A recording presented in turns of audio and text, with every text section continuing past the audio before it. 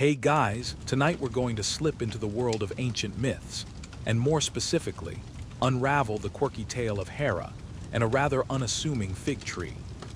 Imagine a library filled with ancient tomes, dust motes swirling lazily in the air as sunlight filters through cracked glass windows. You reach for an old, leather-bound book, its spine creaking in protest, and it winks at you like an old friend.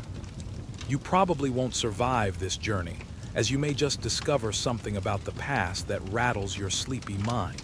So before you get comfortable, take a moment to like the video and subscribe, but only if you genuinely enjoy what I do here. I'd love to know where you're tuning in from and the local time. These little details help connect us through time and space. As you crack open that dusty volume, the scent of worn paper combines with imagination, ushering you to a time where gods strolled amongst mortals and might even hold a grudge against a fig tree. Odd, isn't it? A deity, powerful enough to shape the very fabric of mortality, finding herself vexed by a humble fruit-bearing tree. Well, over 1,000 years ago, the ancient Greeks believed this myth had its roots, not just in the ground but in deeper emotions. Historians still argue whether the stories of the gods were mere fables or reflections of cultural truths that helped people explain the world around them. You can't help but chuckle a bit, picturing Hera, the queen of the gods, flailing a little in jealousy, an emotion perhaps all too relatable even today. Now let's picture Hera, not just as the regal figure sitting on the throne of Olympus, but as a woman entwined in her own tragic tapestry of mistrust and heartache. After all, she was the goddess of marriage, yet she grappled with the errant loyalty of her husband, Zeus. Imagine her striding through the lush, endless fields of ancient Greece, her expression one of icy resolve. She was on a mission, one that would culminate in a rather curious grudge against a simple fig tree. You see, this fig tree was not just any fig tree. It was actually a magical tree, known to produce the sweetest, most succulent figs, the kind that even the gods themselves couldn't resist. It's believed the fig tree had a certain aura about it, almost like an all-natural mood enhancer, leaving those who feasted upon its fruit basking in a warm glow of contentment. Kind of like that blissful feeling you get after enjoying a warm dessert late at night.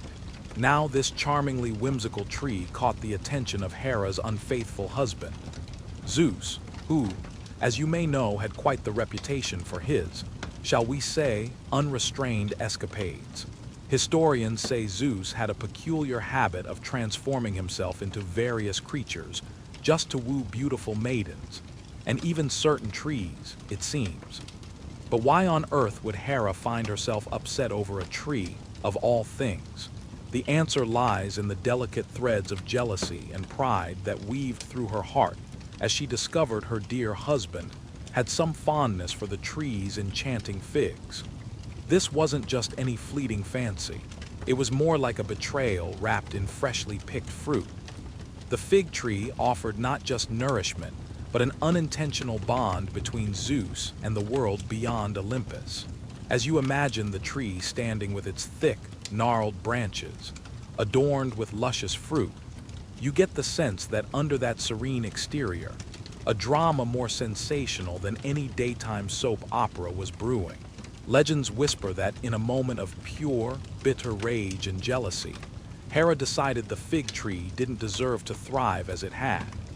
It was almost like imagining someone knocking over a beautifully arranged plate of pastries, simply because they struck a nerve.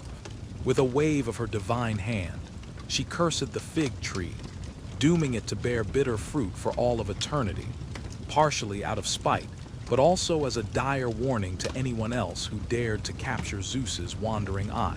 You might find it amusing. After all, what could be more tragic than a magnificent fig tree cursed to yield nothing but rancid, inedible fruit? But let's not forget that deep and complex emotions lie beneath this surface of myth. A tale of jealousy, love, and betrayal, rolling through the seasons of the gods like a gentle breeze. As you ponder this strange episode in the life of Hera the goddess, You can't help but realize how these ancient tales continue to resonate. They remind us just how intertwined emotions can become long ago and still echo in our lives now, often leaving us with questions. How far would someone go when overwhelmed by jealousy? Would they lash out at innocent bystanders, perhaps a simple tree? Historians still argue whether myths served solely as entertainment or were embedded with deep life lessons meant to guide the wayward hearts of mere mortals.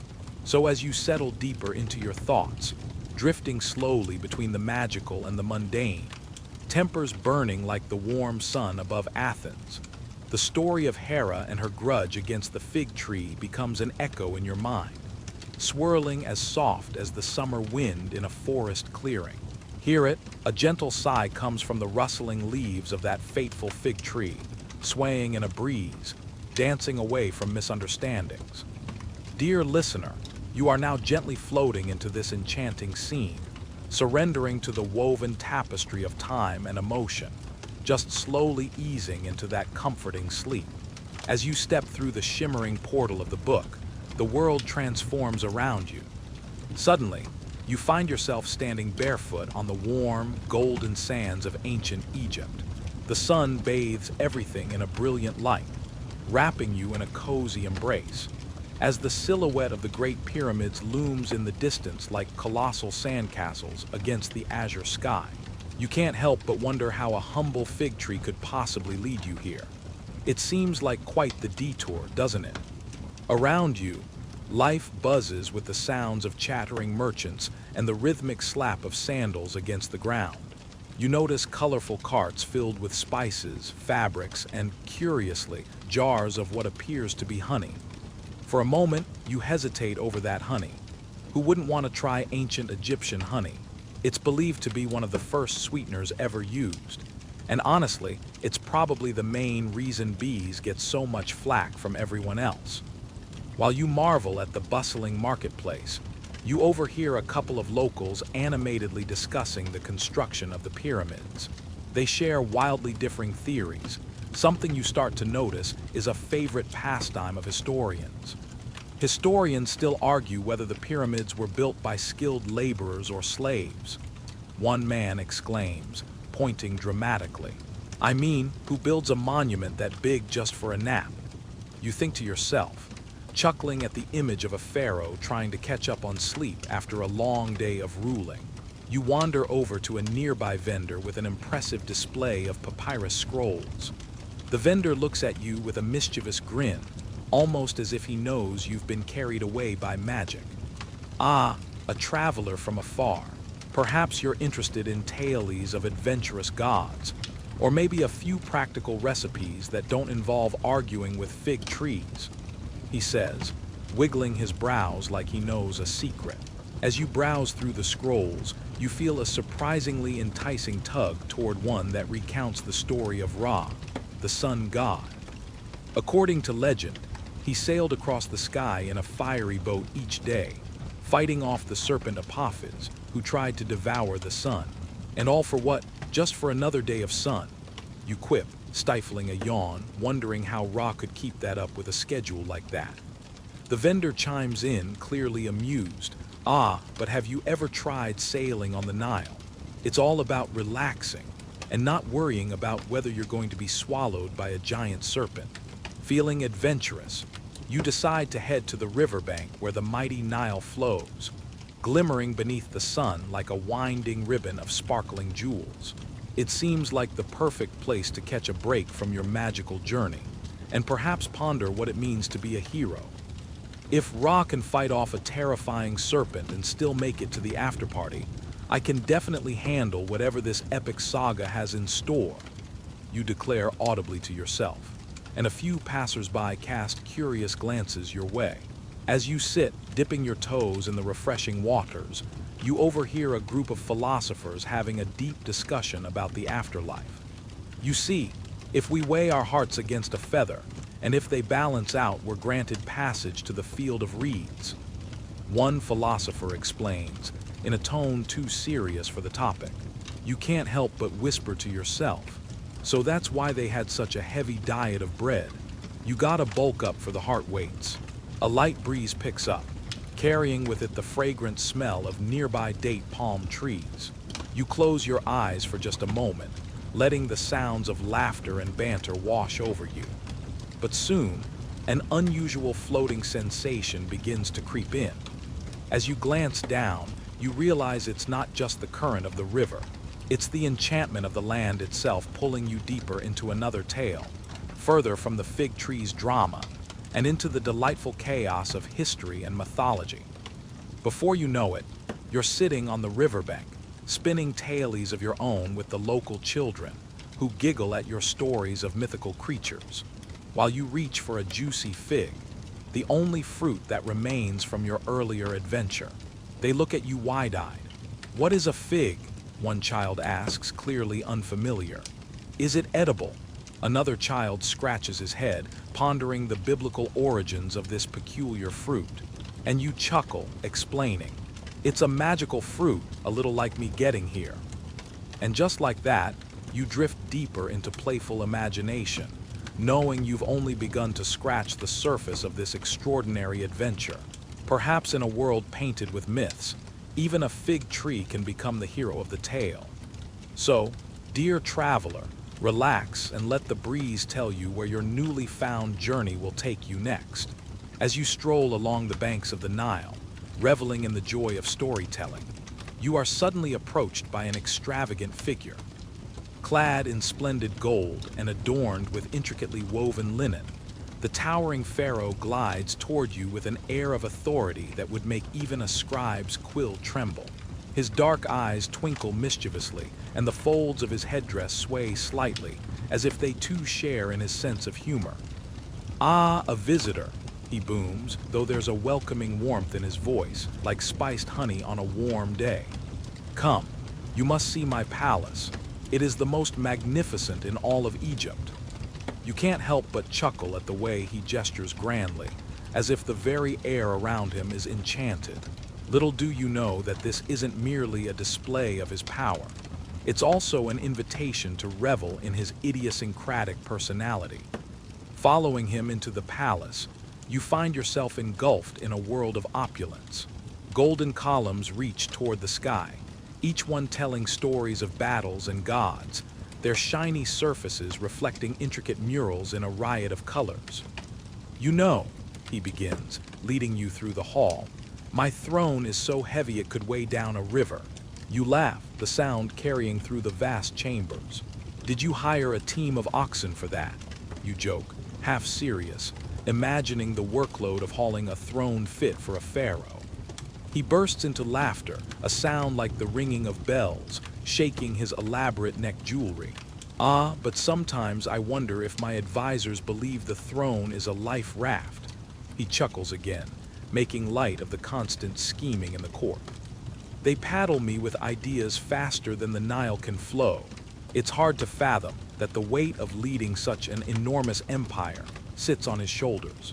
Yet in moments like this, his humor pulls you into an easy camaraderie that makes the grand palace feel more inviting than intimidating. As you traverse the grand hall, adorned with magnificent hieroglyphs chronicling tales of gods, you can't help but notice how similar the scenes feel to the stories you just told the children. Could you imagine if Ra lost his flaming boat to a reckless crab? You muse, and the pharaoh roars with laughter, his voice echoing through the vast marble expanse. "Oh, the sun god would be crabbing mad," he quips back, the playfulness settling into his expressions. Next thing you know, he'd be asking Anubis for a sunken vessel discount. You marvel at the chemistry and warmth radiating between you, a pharaoh open to laughter despite the heavy reins of leadership. Eventually, you're led to a chamber filled with luminous treasures, golden artifacts, shaped like gods, pieces that reflect the brilliance of the sun and the shades of the night. The pharaoh gestures broadly, as if unveiling a magical wonderland. Historians still argue whether my treasures are real or just a mirage. I contemplate hiring an illusionist to find out. You marvel at his ability to weave humor into such a serious subject. After all, he rules over one of the greatest civilizations of the ancient world. As you peer curiously at a golden scarab, the pharaoh tells you about the creature's symbolism of transformation in the afterlife, joking that if he should ever vanish, he hopes he comes back as a dung beetle. Comes with the territory of increasing my royal honey supply. You can't help but giggle again, enchanted by this unexpected mix of depth and levity in your royal guide. I suppose you'd want to ensure the next incarnation is golden, huh? You tease back, eliciting a fit of laughter so hearty that you can almost feel the walls of the airy space tremble. As your exploration continues, the pharaoh begins regaling you with tales of Egypt's wonders, how the pyramids were built in a heartbeat, with only a handful of workers and a generous sprinkling of magic. Of course, that's the story I tell to make insomnia-laden nights with my counselors less tedious. He erupts with a wink. Each absurd twist in his narrative pulls you further from your worries, reminding you that every civilization has its share of myths, woven with threads of truth and fancy, just like the ones you've shared with the children. You lose track of time, surrounded by laughter and captivating stories, realizing that even in the grandeur of the palace, it's the moments of joy and humor that truly illuminate the heart of history. I'd take a good joke over a bitter debate about the afterlife any day, he declares. And you nod, knowing the joy of whimsical storytelling shines on through even the oldest fables. As he continues to weave a tapestry of light and laughter through the palace, you find solace in the buoyant energy that fills the air, comforting like a warm blanket at night. As the echoes of laughter subsist, a soft murmur surrounds you, growing louder with each passing moment. Whispers swirl in the golden air of the palace, an undertone of intrigue weaving itself into the fabric of your evening. Your curiosity piques. After all, it's not every day you overhear talk of hidden treasures nestled within the towering Great Pyramid of Giza. Was there really treasure hidden deep within those ancient stone walls? You can't resist the pull of adventure as you lean in closer, soaking in every tantalizing word. Take a moment to imagine it. A labyrinth of chambers filled with gold, jewels, and relics from a time long past, all carefully concealed from prying eyes. Theirs is a world of secrets, and you find yourself wanting to be part of this story, to uncover what's been lost to time. Perhaps the treasures of the pharaohs truly await beneath the weight of countless stones. As the excitement swells, the pharaoh offers a sly smile, his eyes sparkling like the diamonds rumored to be buried in the depths of the pyramid. "You've heard the tales of the treasure, haven't you?" he asks, his voice carrying the air of mischief. "But I must inform you that treasure hunting isn't for the faint of heart. Not all that glitters is gold, after all, unless it's a great uncle's old wedding ring." You chuckle, picturing the hapless treasure seeker who finds nothing but a family heirloom, their faces drained of expectation. As you ponder your newfound mission, a hint of skepticism dances in your mind. Historians still argue whether the Great Pyramid was primarily a tomb for Pharaoh Khufu or a colossal tribute to his grandeur.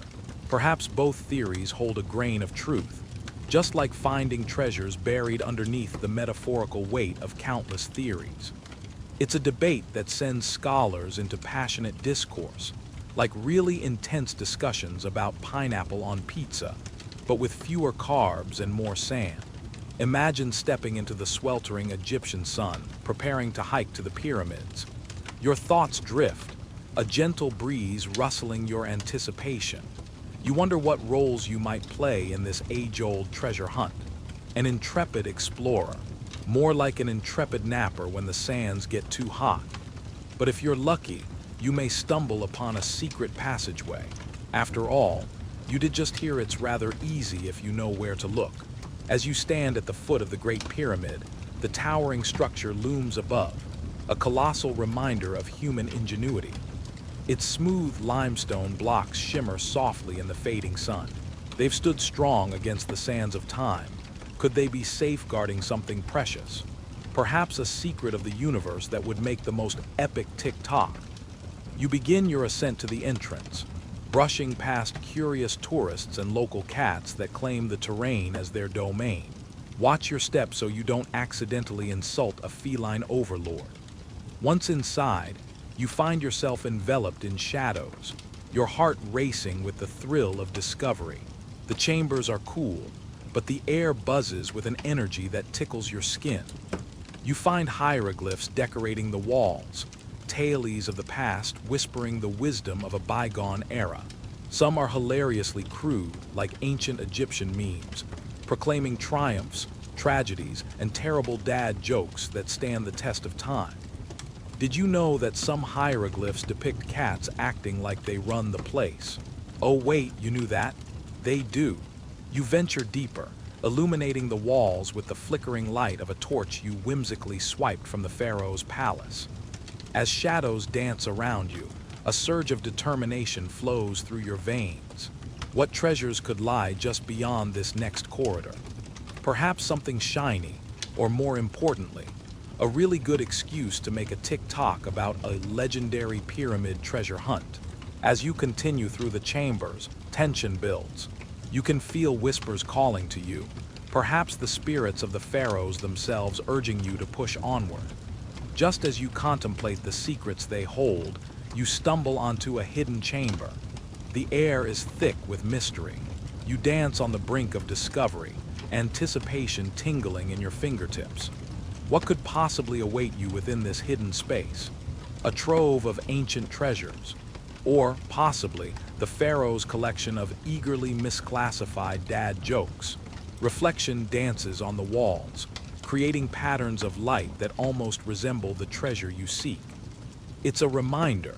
The journey to uncover what lies hidden is often more precious than the treasure itself, even if that treasure is just a really old sarcophagus with the last resting place of someone's bad puns.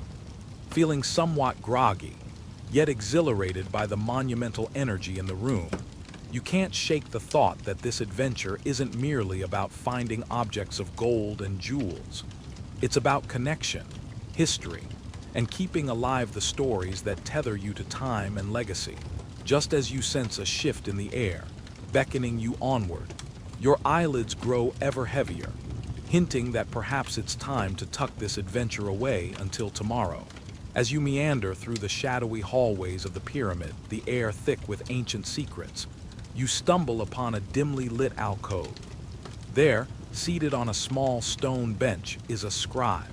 His ink-stained fingers deftly sketch hieroglyphs on a papyrus scroll, and he glances up at you with a twinkling eye.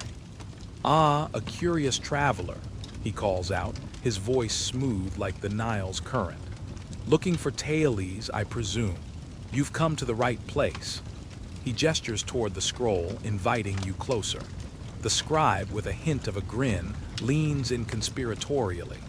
"You know, there are whispers that the Great Pyramid was originally built not for a pharaoh, but to house the world's largest cheese wheel.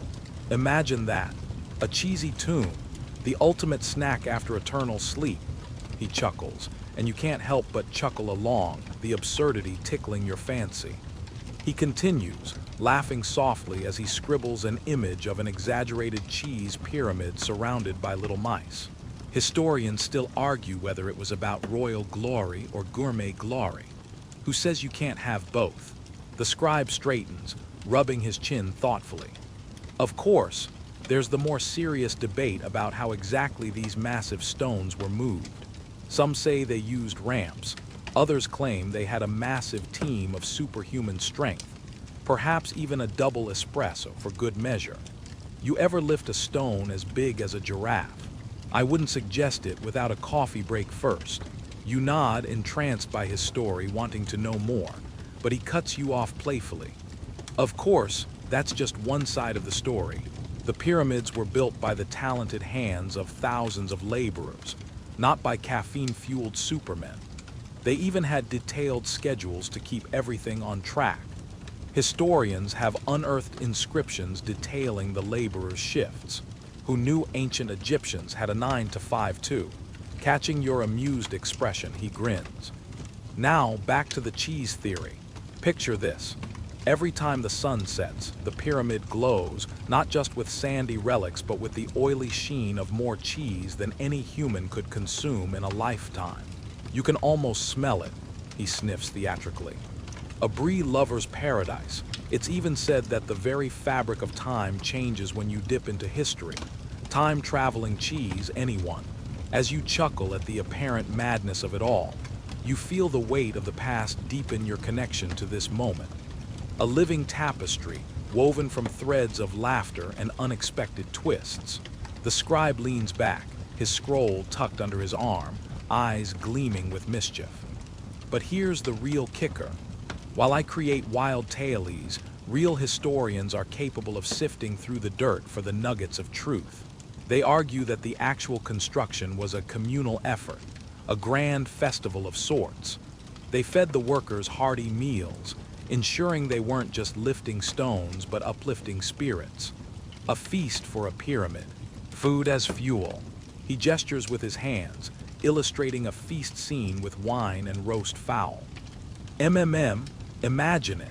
After a long day of moving stones, they reclined on pillows with fresh grapes and deep discussions about the mysteries of existence. A soft chuckle escapes you, the camaraderie of shared stories enveloping you in a warm embrace. The scribe continues, eyes glinting mischievously, spinning another yarn. And don't get me started on Khufu. He allegedly believed the pyramid would help him reach the afterlife smoother than an unrushed boat ride down the Nile. But what if he just wanted to have the best real estate in the afterlife? A penthouse view of the afterlife, but instead of just a celestial balcony, he's surrounded by the smell of cheese, reliving the glory days with his loyal mice. Each quirky revelation blurs the line between amusement and history, sparking your curiosity while lulling you back into the rhythmic calm of the pyramid's serenity. You feel the connection intertwining. The scribe's witty tales echo the broader narrative of human experiences, ones filled with laughter, toil, and a little dash of absurdity. As the scribe wraps up his whimsical tale, you can hear the soft sound of water dribbling from an ancient stone fountain nearby, sending you gradually into a tranquil state. Perhaps it really doesn't matter if the cheese story is true. After all, every legend begins with a sprinkle of fiction and a whole lot of imagination. Cradled in the embrace of this cosmic humor, you decide to carry forward these tales, a blend of history and farce, with you as you settle into the depth of your own dreams, wondering what other peculiar mysteries lie hidden in the embrace of time. As you wander deeper into the labyrinthine passages of the pyramid, the air grows thick with mystery. The flickering torches cast playful shadows against the walls, almost as if they, too, are eager to join the conversation buzzing around you. From behind a particularly grand stone block, you hear distinct voices echoing, pulling you closer to the source of this scholarly squabble. You peek around the corner, spotting a small gathering of ancient scholars, dressed in flowing robes and overly large sandals, passionately debating under the luminous glow of a domed ceiling resembling the sky at dusk. One scholar, his fingers flapping around like a windmill, claims, "These pyramids are tombs. They must house the souls of kings for eternity." In earnest protest, another scholar, who seems to fancy himself quite the philosopher, retorts, "But why, dear friend, must we assume they're just fancy graves? Perhaps they're also celestial launch pads for spaceships in disguise." You can't suppress a chuckle. Who knew academia could sound like a premise for a poorly made sci-fi movie? The third scholar raises an eyebrow and interjects, "You remember the Great Pyramid's impeccable alignment with the stars. Why, it's anointing these kings as interstellar travelers. How very ambitious of them." Clearly, scholars haven't lost their sense of imagination over the centuries. While you listen, the conversation shifts to the purpose of the entire endeavor. Historians still argue whether the Great Pyramid was meant to signify immortality or simply to impress the neighbors. One scholar insists, his voice rising to a pitch that almost matches the excitement of a cat spotting a laser pointer. At this point, You're unsure if you're eavesdropping on an academic debate or just overhearing a cringeworthy stand-up comedy routine hosted in one of the 7 wonders of the world. You try to steal a moment to take all this in. You lean against the cool stone wall, observing them and realizing these ancient debates mirror the timeless discussions that still echo through modern classrooms, complete with exaggerated rivalries and comedic misunderstandings. While the bickering continues, you take a moment to ponder the quirks of history. You remember something about the construction of the pyramids. It involved so many laborers that ancient Egypt likely experienced a housing boom. At that moment, the thought makes you giggle. Can you imagine the local real estate ads? Luxurious tombs available, close to the Nile, complete with a view of the stars. And if you're lucky, you might just be buried in one. The scholars continue to volley ideas back and forth, like a game of ancient tennis. One claims, no, it's about the afterlife. These structures channel our spirits upward, transforming us into divine beings. You inhale sharply as we're teetering on the edge of elaborate metaphors. Had they perhaps tangled themselves with a bit too much cheese in their last debate? Amidst the chaos, a rather stout scholar, his brow dripping sweat as he gestures emphatically, declares, "The pyramids were clearly built as seasonal timekeepers. Without them, our calendars would have been as useful as a chocolate teapot." The others pause, mulling over the significance of confidence versus accuracy in scholarly works. You can't help but imagine the absurdity of attempting to use these massive edifices to check the time. It would take a team of acrobatic interpreters and a solid knowledge of the constellations. As the rich tapestry of discourse surrounds you, you feel a sense of tranquility wash over you. You realize these ancient seekers of knowledge have crafted an atmosphere as rich as the pyramids themselves. Layers upon layers of debates, laughs, and musings permeate the air and reflect the true essence of human curiosity. You begin to understand that perhaps the pyramids aren't just monumental resting places, but also symbolic monuments to the ongoing quest for understanding, even if that understanding happens to be shoehorned into the most ridiculous of theories. Leaning back against the wall, you lose track of time, letting their words ebb and flow like your own thoughts on how your day went, riddled with quirky encounters and humorous reflections. The room sways ever so gently, lulling you into a cozy state of semi-awareness, and you can't help but let your eyelids grow heavy. As their voices fade and blend into a soothing hum, you find yourself cradled in this comforting warmth of ancient thought, gently transported to a place where sleep cradles you like the soft embrace of a starry night sky. You realize these scholars might just be the key holders to dreams and laughter yet to come, much like the nighttime guardians in the world you're drifting into. As the scholars passionately debate the true purpose of the pyramids, the air around you hums with exciting theories and laughter. But just as you settle deeper into this warm cocoon of knowledge, the unmistakable sound of footsteps echoes through the chamber. The animated discussion abruptly halts, a taut silence enveloping the room. You exchange a quick glance with the scribe, the amused glint in his eyes replaced by alarm. "Well, they said ancient Egypt was full of surprises, but I didn't think this was what they meant," you whisper, your heart quickening its pace. A rustle of fabric breaks the silence, and suddenly a group of bandits bursts into the room, their intentions clear as the flickering torchlight reflects in their eager eyes. "Guess the only thing being launched from these pyramids today is us," one of the bandits jests, brandishing an impressively crooked sword.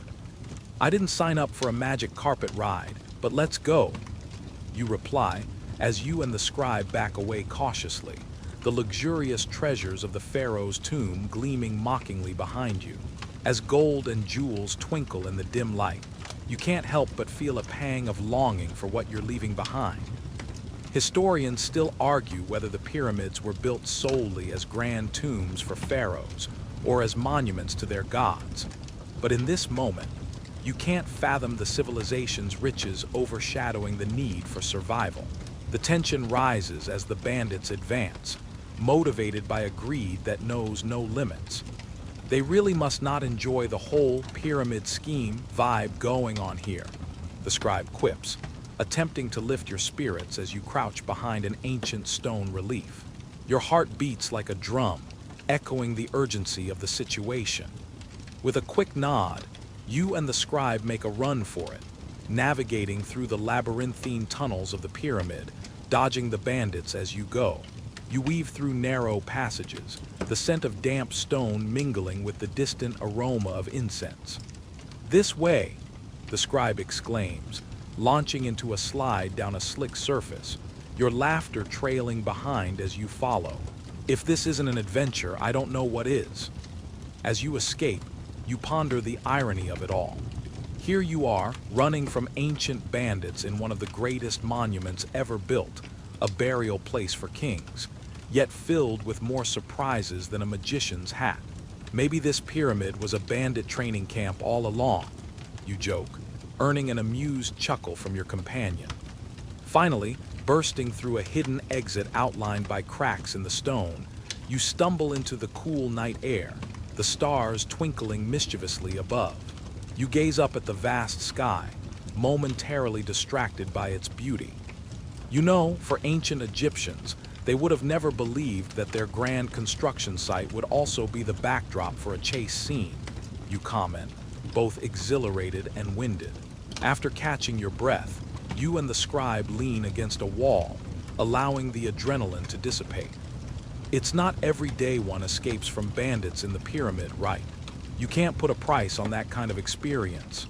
You chuckle, shaking your head at the absurdity. As the sounds of distant footsteps fade behind you, the quiet of the desert night envelops your senses, an inviting calm settling over you. Though you left behind treasures that glimmered with untold stories, the adventure you stumbled upon felt like the true prize, perhaps the real treasure being the camaraderie you shared amidst the chaos.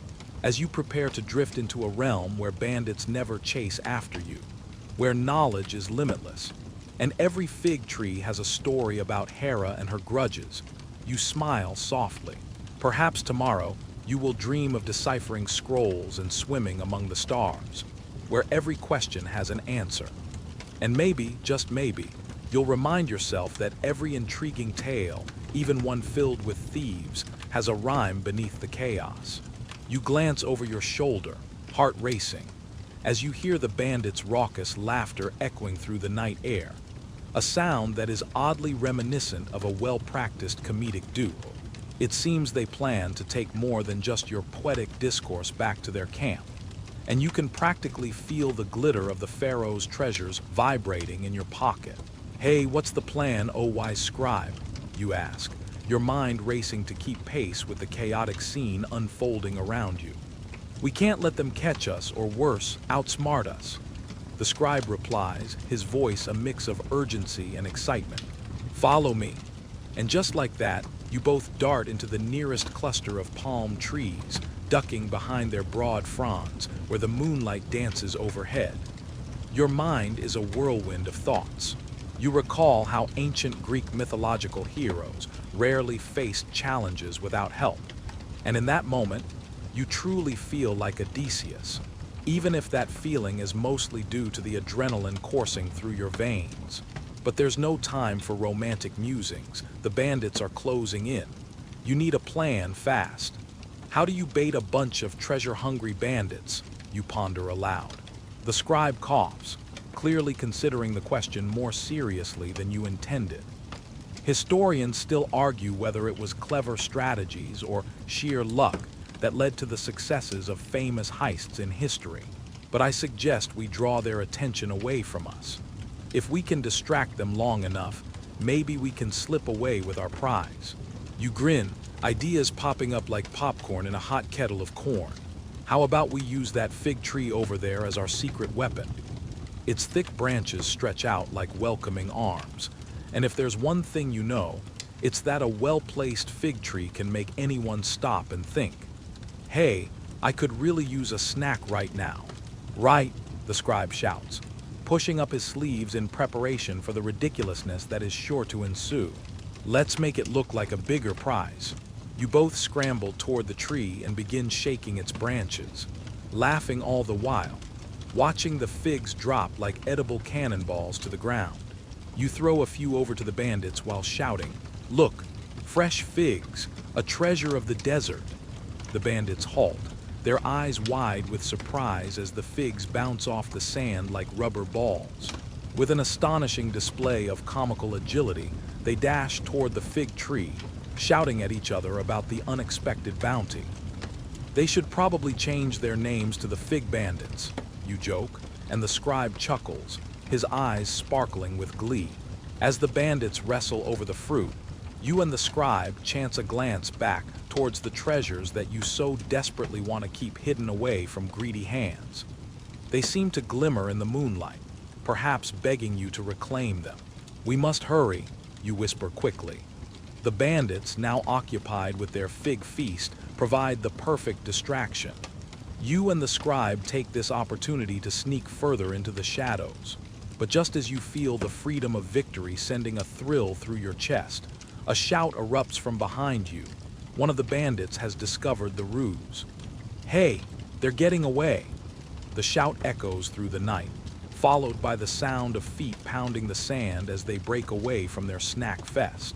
"Looks like snack time is over," you quip, your voice slightly breathless as you sprint ahead. With the animated fervor of two cartoon characters, you and the scribe run and duck, dodge and weave through the desert oasis. Somehow, the funny notion that ancient myths could lead to a professional career in comedy flickers in your mind. As you race past palm trees, cacti, and the occasional lounging tortoise, because at this hour, even tortoises know it's best to keep it slow, right? The sound of uncoordinated footsteps grows louder behind you. The sun begins to rise on the horizon, the sky painted with hues of purple and gold, and a cool breeze whispers a reminder that dawn is a fresh start, carrying tales of adventure. The scribe, determined in his pursuits, suddenly stops and pulls you behind a large boulder for cover. "We are safe here, but we need to think strategically about getting away. Why not create a decoy?" You think for a moment and decide to look around. As luck would have it, a few loose rocks sit next to you. You begin stacking them precariously, pretending to construct a treasure pile. With a final flourish, you give the decoy an added charm. A wild feather you happen to find, giving it all the grandiosity of an ancient artifact. "What is that supposed to be?" the scribe giggles. "A petrified version of a treasure trove." "Hey, you underestimate the power of creativity in theft," you huff back, a grin lighting your face. "What's more enticing than treasure? Everyone loves shiny things." As you position the decoy, you hear hooting back from the bandits who have taken up the chase again, only to stumble upon your rock treasures. They pause, exchange bewildered glances, and then erupt into barbaric laughter. You and the scribe can't help but laugh along, practically doubled over in amusement. You sneak away from your boulder hideout, a race against time now redefining what it means to get the upper hand. At this point, it's less about the treasures of pharaohs and more about the treasures of adventure and laughter, a prize no bandit could ever steal from you. As you and the scribe catch your breath, the bandit's laughter fades into the distance, replaced by the gentle rustle of leaves under the twilight sky. You glance at the scribe, who wipes a bead of sweat from his brow, his eyes sparkling with mischief and curiosity. "You know, after that little escapade, I think my heart could use a real treasure. Let's find something worth our while, shall we?" You nod in agreement, knowing your night of adventure isn't quite over yet. Wandering through the glade, illuminated by the soft glow of the moon, you stumble upon a hidden grove. The scent of earthy moss and damp soil fills the air. It's here, tucked away behind a curtain of ivy, that you discover what the scribe calls the heart of the secret. An ancient, gnarled chest lies half buried in the ground, wrapped in the kind of mystery that only time can weave.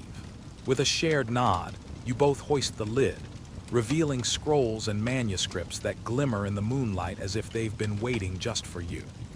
Instead of golden trinkets or sparkling jewels, the treasure is made up of knowledge, an entirely different kind of wealth, if you will. "Look at this," the scribe exclaims, carefully unrolling a scroll. "These are lost stories, tales of gods and heroes, philosophers and peasants. Imagine the secrets of the ancients we might find here." You can't help but smile. For a moment, you forget the world and the silly chase behind you. You're enveloped in the allure of wisdom long lost. While the scribe reads aloud, you can't help but ponder the importance of history.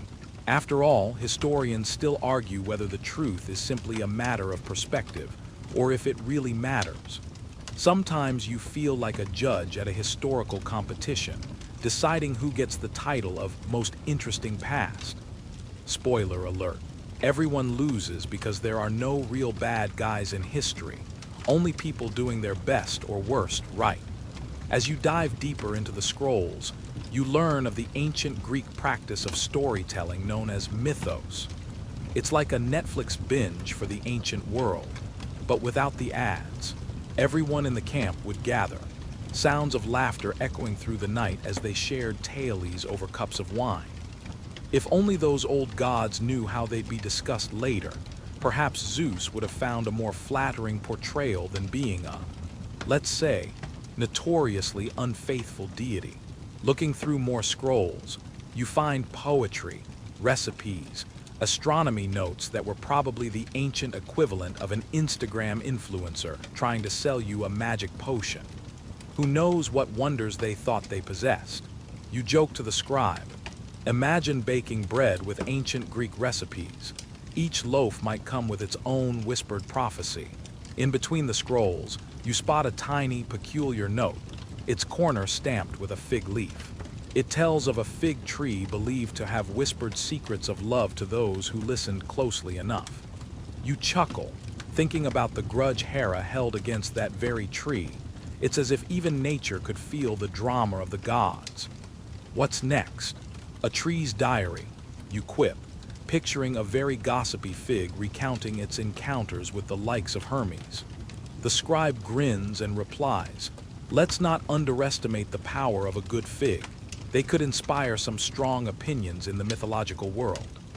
You both laugh, the blend of stories and silliness soothing you further, wrapping you in a warm blanket of imagination. As the stars twinkle above, you finally realize the true treasure you found. The ability to understand and appreciate the wisdom of past ages, to explore the joys and follies of existence. Unlike gold, which may shine brightly but can quickly fade, stories last forever. They illuminate not just the pathways of history, but also the lives of those who dared to dream before you. Setting the scrolls back into the chest, you promise to return, feeling a peaceful weight settling in your heart. The real treasure isn't just in what you've uncovered. It's in the laughter shared, the stories told, and the bonds forged over the pursuit of knowledge. And as you prepare to leave, a soft breeze rustles through the trees, almost as if the very air is saying, "There's always more to discover." As the first rays of dawn creep through the gaps in the stone walls, you unfold one of the ancient scrolls so delicately, it almost feels sacred. The scribe hovers nearby, and the anticipation in the air is thick enough to slice with a knife. You should probably pay more attention to the scroll, but your mind can't help but wander back to the treasures of history. If only all those ancient rulers had known that knowledge was worth more than gold. Ah, the irony. You just feel all the future historians shrugging their shoulders at this thought. The scribe's excitement is contagious. Look, this scroll mentions the great reveal of the pharaoh. His eyes shine bright as he reads the words aloud. The scroll details an extraordinary event where a young pharaoh stood before a crowd, revealing the power of knowledge over wealth. Supposedly, he said, gold can be shaped, but wisdom can change destinies. You laugh, imagining that poor pharaoh scratching his head, wondering why no one had told him that gold could be shaped into little fluffy cats. But beyond your chuckles, there's gravity in the words. You come to realize that pharaohs like this one often did have insight. After all, they ruled Egypt at a time when it was said that their civilization had the most extensive libraries ever.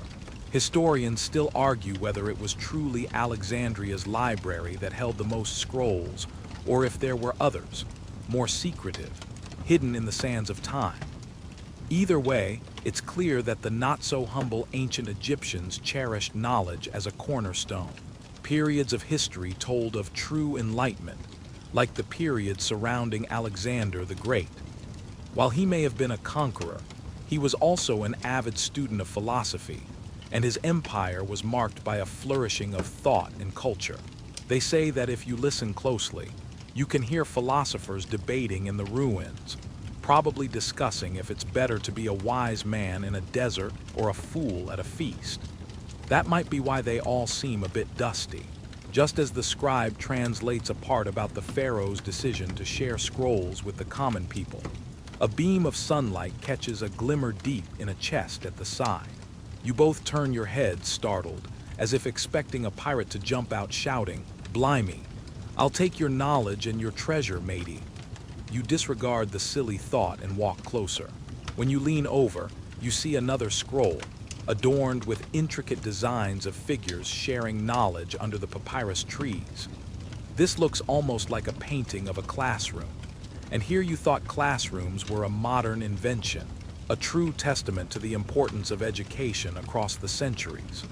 You chuckle lightly, envisioning a young student trying to sneak in a fig from lunch while keeping their eyes on the prize, learning about all the things you can't eat after ancient Egypt.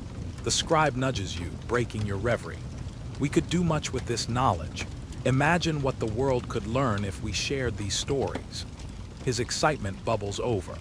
You envision an amphitheater filled to the brim with people of all ages, engrossed as stories from millennia come to life.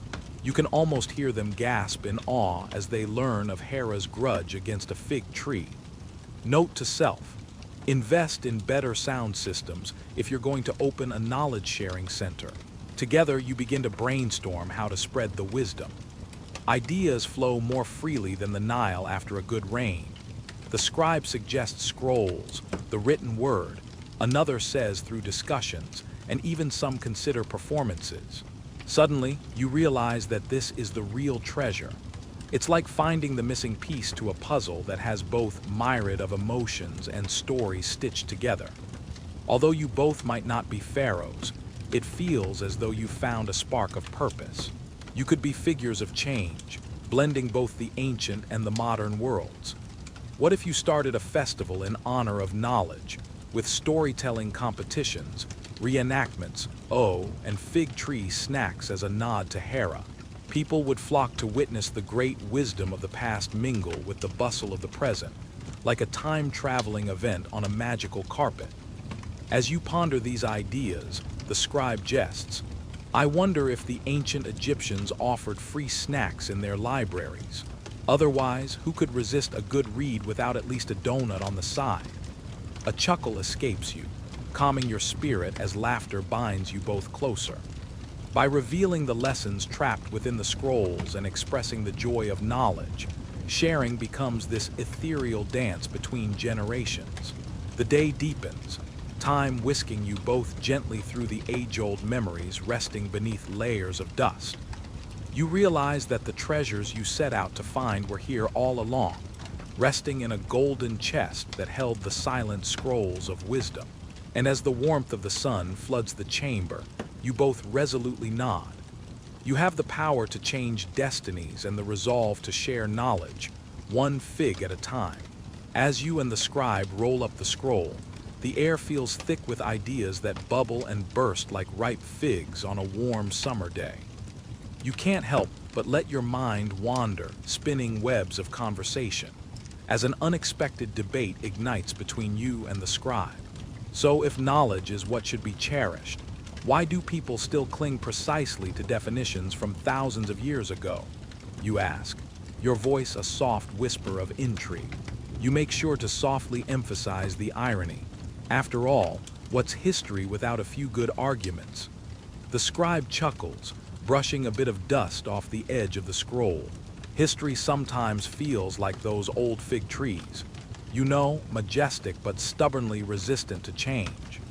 It raises questions. Are we supposed to respect ancient interpretations, or does each generation get to rewrite the narrative based on new findings? Your eyes brighten, appreciating the absurdity of it all. As you spread your hands wide, you joke. If history has taught us anything, it's that every time someone opens a scroll, a new argument begins. I mean, it's like a cosmic game of charades, only no one knows what the original word was. The scribe laughs, mimicking the gestures of the ancient scribes, as if they were deciphering a long-forgotten riddle. True, historians still argue whether the ancient Greeks really understood the concept of democracy, or if they just like to say "opa" every time a debate heated up. You can't help but giggle at the thought, but the laughter dances away, allowing a more contemplative mood to settle. You know, not all interpretations hold the same weight. There are those fringe ideas, like some believe the Great Pyramid of Giza was not a tomb, but an ancient power plant. The scribe raises a skeptical eyebrow, a smile playing at the corners of his mouth. So what you're saying is, one moment we're burying pharaohs, and the next we're trying to summon a bouncy castle of energy with a pyramid. You both snicker quietly, yet the debate lingers in the air like a light mist. What does history really mean if it can be twisted and bent through different perspectives? Is ancient wisdom as immovable as a mountain, or are we free to reshape it as we grow in understanding? You ponder aloud, brushing a stray leaf from the table where the scroll rests. For a moment, the scribe looks pensive. What if the true treasure is that very freedom, to argue and reshape, to create dialogues that transcend the ages? You nod, knowing this conversation could stretch into the night. You remind yourself how fascinating it is that each interpretation carries its own weight and significance in the tapestry of human experience. It's like our dreams and fears, both ancient and fresh. They come from shared stories, don't they? Whether people believed they were doing right or wrong, they acted in the moment, and now we're trying to sift through the ashes to find what's meaningful. Like finding a fig seed in a pile of dirt. The scribe laughs again, shaking his head. All this rich debate, and here we are trying to treasure fig seeds. But how wondrous it is that each culture has these odd little quirks, like Romans, who debated for years whether to add a second O to tomato. You both laugh lightly, caught in the silliness of such historic decisions. But then you realize the conversation takes a deeper turn, and you find yourselves pondering whether every scholarly debate is a fig tree in its own right. Solid on the outside, but harboring discussions that can sprout entirely different fruits depending on who's standing beneath it. As you pack up the scrolls and prepare to leave, your heart tingles with anticipation. Long after you've returned home, the dialogue will ripple through your mind like gentle waves washing ashore. The realization that knowledge shifts and evolves can be both reassuring and frustrating. The beauty lies not in ridding history of its uncertainties, but in embracing them, which paints a fuller picture of humanity's quest for understanding. You pause, captivated by the thoughts swirling in your mind. Perhaps the secret, you think, is to allow these historical debates to exist unrestrained, much like the myths themselves. They become more than stories trapped in time. They are living discussions that echo through time as long as someone is willing to listen. With a smile, you share a final quippy notion with the scribe. No wonder they say history is written by the victors. Have you ever tried to debate with a fig tree? Chuckling to yourself, you exit the chamber, your heart more than satisfied, knowing that another chapter in the world of myths will soon unfurl before you, where sleep will offer the peaceful closure of a well-spent day. You step lightly through the cool, dim corridor of the pyramid, the familiar rough texture of the stone walls brushing against your fingertips. It feels comforting, as if each block holds whispers of stories untold. The scribe walks beside you, and as he catches your eye, a shared grin spreads across his face. an unspoken connection born from this adventurous jaunt through history. "You know," he says with a chuckle, "I've always thought that ordering a pizza in ancient Rome would have been a lot like trying to decipher the hieroglyphs on the wall. Lots of toppings available, but no one really knows what's on there." You can't help but laugh, the sound echoing faintly in the vast chamber. With each step, you recall the laughter that flowed so freely under the sun earlier, like water tumbling over stones in a stream. Surely, you think, this bond with the scribe is forged out of not just shared knowledge, but shared giggles, like secret ingredients in the recipe of friendship. As you navigate back to the entrance, the scribe launches into a vivid description of the ancient Greeks. "Did you know," he smirks, "they thought figs were sacred. They even had a festival dedicated to them." You chuckle, picturing a grand feast, a table brimming with figs, as if each fruit was a tiny treasure of the universe. You decide then that you'd like to create your own fig festival, a celebration of not just the fruit, but the delightful quirks of history itself. Maybe there'd be games too, perhaps a contest to see who can balance a fig on their head while reciting obscure historical facts. Because why not, you muse? If life gives you figs, try playing with them. As you reach the base of the pyramid, you can't resist bringing up one of your half-remembered debates. You know, it's funny how historians still argue whether Alexander the Great actually cried for a world he couldn't conquer, or if he just had a knack for drama. The scribe nods knowingly, probably a bit of both. You know how people are, either great conquerors or suddenly trying to win an Oscar for best performance in a historical epic. You both burst into laughter, the sound bouncing merrily off the stone walls, filling the space with warmth. When you finally emerge from the pyramid, the fresh air envelops you, making you feel almost weightless. The sky outside is painted in delicate shades of purple and orange, a celestial canvas stretching out to infinity. The world around you transforms from the serious whisper of history into the soft hum of evening life. With each exit step, there comes a sense of reverberation, a harmonic reminder of everything you've learned and shared. You glance sideways at the scribe, whose eyes also reflect the brilliance of the twilight, and it strikes you how these moments have woven a thread between you. "What do you think?" you ask, a playful curiosity creeping into your voice. "Should we take our fig festival on the road?" His eyes widen with delight. "Absolutely. We could even have a storytelling competition. Tell the most ridiculous myth you've heard that could possibly compete with my fig-related tales." You laugh, warmth flooding your chest, feeling a sense of comfort in this journey you've taken, the debates and stories now echoing in your heart. Returning, you realize, isn't just about making it back to where you started. It's about the laughter, the discoveries, and the bonds created along the way. As you conclude the adventure together, you tell the scribe, "I think this was an epic journey, not quite as epic as the tales of Hera, but I'd still give it a 5-star rating." With one last laugh, you bid goodbye to the ancient pyramid, tucking the history and the friendships within the heart's treasure box, ready for another day, another fig, and another adventure yet to come. As you step into your dimly lit room, the warmth of laughter still wrapping around you, a curious blend of nostalgia and clarity settles in. You plop down on your bed, allowing yourself to sink into the plush comfort beneath you. In the quiet after your adventure, the tales of gods and heroes swirl like gentle whispers, nudging you to view them through a freshly unclouded lens. You reach for the familiar book of myths resting on your bedside table, the pages slightly dog-eared from your many readings, and you can't help but chuckle.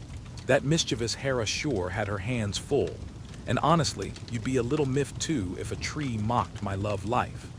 Glancing over the stories once more, you're struck by how relevant their lessons feel, like they've stayed on the treadmill of time, fitting right into your own modern saga of ups and downs. For instance, take the story of Odysseus. His journey home is quite like yours, often a meandering path filled with distractions. Historians still argue whether his long trek was a simple tale of misfortune or an epic metaphor for human resilience. And here you are, navigating the labyrinth of your own life, equipped with the knowledge that sometimes the longest roads lead to the most meaningful destinations. When you think about it, that's the real hero's journey, the ability to find meaning in the seemingly mundane, everyday events. Or at the very least, a hilarious story to share with your scribe later on. Now, flipping through the pages, you stumble upon a tale about Arachne, the weaver who dared challenge Athena. This might sound rather ordinary, but when you delve deeper, you realize the quirky twist. Upon losing the contest, Arachne was transformed into a spider. Talk about a sticky situation. Honestly, it's enough to make anyone reconsider their career choices at least once. You giggle softly at the thought of people today complaining about their work. Well, at least I'm not transforming into a spider for it. As you read on, you encounter the familiar myth of Persephone. Last time, it seemed just a somber tale about the seasons. Now, it strikes you as a brilliant allegory for all the phases of life you experience, the cyclical nature of ups and downs, and the ultimate quest for balance. After all, even if she was taken to the underworld, there's always spring lurking around the corner, the promise of blooming flowers and sunshine after the shadows retreat. You pause, contemplating the beauty of transformation and how it resonates throughout your own narrative, the push and pull between challenges and triumphs. And speaking of challenges, there's a humorously relatable lesson in Sisyphus's tale. Here's a guy who's condemned to roll a boulder up a hill for eternity, only for it to roll back down every time he nears the top. You can't help but laugh. It's the ultimate reminder that sometimes you just need to keep pushing through, even when it feels Sisyphean. Have you ever had days where you feel like you're doing the same thing over and over? Yeah, it turns out you might just be building character. You chuckle again, picturing him as the world's greatest motivational speaker. Embrace the boulder, my friends. It's all in the journey. Between the laughter and the profound insights, your heart feels lighter, enriched with the wisdom of ages past, yet vibrantly connecting with your present. The tales may be ancient, but the lessons they impart remain evergreen, ready to be applied in ways that surprise you. Finished with a sleepy yawn, you realize you've been lost in the stories for longer than anticipated. The world outside your window has settled into a hush, and it's as if the stars themselves have gathered to hear the ancient echoes of humanity's narratives, mirroring your recent adventure as you learn to weave your own tale with newfound appreciation. As you close your book, a sense of peace washes over you. You feel grateful for the whimsical characters, the laughter they fostered, and the wisdom you've gleaned. You finally lay back, eyes fluttering closed, dreaming of the adventures yet to come. Tomorrow, there will be new stories to savor, laughter to echo, and lessons to unfold. But for now, the mists of sleep gather around you like an ancient cloak, soft and inviting, ensuring that all you need to do tonight is relax and journey through your dreams. You chuckle softly to yourself, realizing how much your newfound knowledge of Greek myths has shifted your perspective. With a wry smile, you imagine how your tales of ancient gods now play like exaggerated soap operas in your mind. And why not? Soap operas are already mythical in their own way, minus the toga-clad heroes. Next time you're gathered with friends or family, perhaps around a barbecue where someone is flambeing marshmallows, a modern reenactment of Prometheus's fire-stealing misadventure, perhaps. You find the courage to share some of these whimsically complex narratives, seasoned with your brand of humor. You paint a vivid picture of Hera's seething grudge against that stubborn fig tree, the one that dared to grow so relentlessly in her sacred garden, all the while giving her judgmental looks. Your audience listens, rapt, as you unfold the melodrama, complete with divine smackdowns and petty rivalry. Funny how the ancients turned fig trees into foils for celestial pettiness. Who knew that orchards could be arenas for divine drama? Plus, Fig trees don't hold grudges, right? They might be fruit-bearing warriors in another life, but here and now, they silently thrive. Oddly enough, history provides you with a mainstream nugget to fortify your story. The tale of Archimedes. You've heard of him, of course. The esteemed mathematician who ran through the streets of Syracuse yelling, "Eureka!"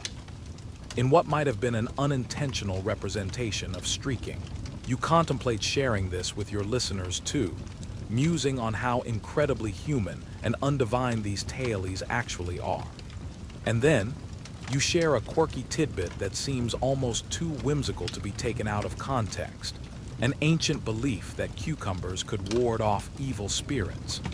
Historians still debate whether this actually helped the cucumbers grow a heroic ego, enabling them to demand prime garden real estate from other vegetables. You weave this into the fabric of your stories with ease, nestling it next to the stories of grand battles and conversations held entirely in riddles. The irony isn't lost on you as you delve into a cherished topic, the scholarly debate surrounding the Minoan civilization's downfall. Historians still argue whether it was a catastrophic volcano that led to its demise, or if their hit-or-miss trade deals with neighboring cultures played a bigger role. As you present this to your audience, you suggest a more imaginative theory, a very public spat between Minoan gods, resulting in cataclysmic consequences. Apparently, even divine beings can subject societies to their melodramatic machinations. As your audience becomes more intrigued, you wane back to more universally acknowledged aspects of history, reminding them that the Greek gods were effortlessly human and relatable in all their exaggerated qualities. It's like the original story of "What if gods had Instagram?", complete with divine jealousies and comments on each other's tunics. It's delightful how these tales have fared through the eons, reflecting perpetual human themes of jealousy, love, and perhaps an insatiable appetite for gossip. And just like that, you've become the leaf blower of knowledge, clearing the cluttered leaves of misunderstanding, allowing the beauty of ancient cultures to resurface. When finished, the smiles and laughter in the room feel like another layer of upholstery to the stories you've sewn into the fabric of shared experience. As you finally wind down from the storytelling high, you notice the room settling into a quiet calm. Your audience, comforted by the stories, like a cozy cocoon, lounges in serene companionship, temporarily transformed into an enclave of ancient wonder and mild mischief. Your voice grows softer, a gentle guide into the warmth of sleep. Smiling benignly like one of the aged gargoyles perched on the Acropolis, you too float into that sweet space where stories drift into the realm of dreams. You close the book softly, its pages releasing a gentle shimmer as if promising that its tales are not truly over yet. You wonder if it's just a trick of the dim light in your room, but then again, maybe this book has its own little secrets and winks just for you, blaming it all on the fig tree, obviously. Now, as your eyelids start playing the hide and seek of their own, imagination stirs with the playful suggestion that this little book might well be the gateway to otherworld adventures, just teasing your curiosity. History is like a party where everyone loves retelling stories, each one slightly different every time. And sometimes those stories inadvertently turn into an invocation to adventure. You think about that time when Julius Caesar allegedly got kidnapped by pirates, only to demand they raise his ransom because he was worth more than what they were asking. Talk about knowing your worth. It's these delightful little nuggets that pop up along the winding corridors of the past, sprinkling the dry sands of history with a touch of zest. You know that history isn't just a dust-ridden procession of dates and wars. It's animated by wonder and possibility. The quirky myths are no different. You see, while scholars sit, debate, and nod gravely over whether Achilles' vulnerability really was just a troublesome heel, or perhaps he might have had more significant weaknesses like a distaste for garbanzo beans. Another subject where consensus has yet to be reached. Adventure waits just beneath the surface. Historians still argue whether the Trojan War was fiction, embellishment, or some remarkable mix that only Homer knows for sure, perhaps smirking from somewhere beyond the Elysian fields. From these points of contention, adventures unfurl like sails on a ship ready to explore what lies beyond the horizon, or at least beyond dinner. The fig tree itself, standing silent witness to Hera's grudge, feels like an open invitation to journey further down the rabbit holes of myth, where pomegranates, golden apples, and jealous goddesses set the stage for new escapades. With a sigh, you realize the book is reminding you, a gentle prod that even now, dessert aside, the world harbors tales and hints that stretch far beyond the confines of paper and ink. The room around you whispers of a slumberous invitation, almost like it's suggesting that perhaps, just perhaps, after all is said and done, the real adventure begins when you dream with one of those half-priced sleeping advisors who insists on being paid up front. And so, you let go of the waking world, slowly allowing yourself to drift away, wrapped in the warm blanket of mythology's mysteries and your mind's starry midnight wanderings. Let the fig trees stand and Hera hold her grudges, for the night is young, and your dreams await with open arms, gliding effortlessly along the streams of time. A gentle nudge that the allure of adventure need not come with a side of fig salad. As you nestle deeper under your cozy blanket, the imagined rustling of fig leaves whispers a gentle lullaby in your ears, a reminder of the sweet, silent victories that echo through ancient woods. You feel the day's concerns melting away, like sun-warmed wax dripping from a candle, and your mind drifts lazily through shadows cast by mighty Olympus. Did you know, amidst all the myths, that the Parthenon, dedicated to Athena, was built using over 22,000 tons of marble? It's no wonder they say that building is half the battle. The other half is just getting your friends not to ask if you've ever considered a career in architecture. Historians still argue whether fig trees were considered sacred because of their delicious fruit, or simply because they provided excellent shade for deities on sunny afternoons. Meanwhile, isn't it funny to think that if a goddess was having a bad day, she could just blame it all on a tree? Now, allow yourself to sink deeper into this tranquility, where even the hardest of grudges slowly dissolve, like a forgotten dream fading at dawn's first light. As you embrace this peace, the gentle breeze of the evening carries away your thoughts to far-flung lands and stories untold, where fig trees flourish under clearer skies, and compartments of ancient grudges remain silent.